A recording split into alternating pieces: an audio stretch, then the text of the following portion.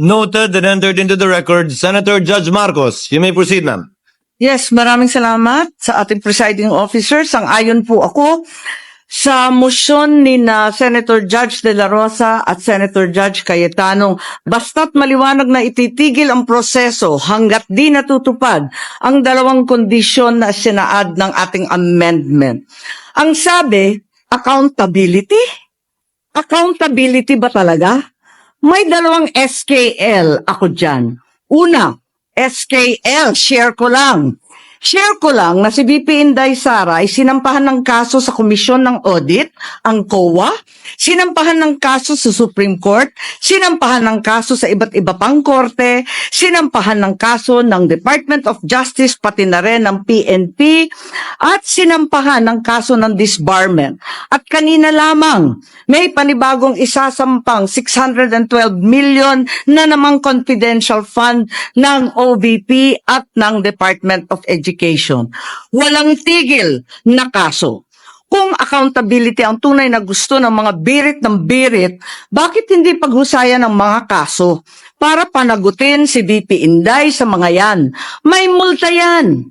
May kulong if ever mapatunayan. Aba, lamang-dama ang accountability kapag ganyan. Itong impeachment na inipit, inupuan, nilimliman, minadali, ibinalibag sa Senado sa dulo ng sesyon. Ito ay ang pinakamaliit na iskinita ng accountability na yan. Itong ipinipilit na impeachment, aminin man nila o hindi, ay para lamang manira ng imahen ng isang publiko at walang uuwian, kundi pag-disqualify kay VP Inday Sara para sa eleksyon ng 2028. Yun lamang ito. Pinahihirapan pa natin ang ating mga sarili.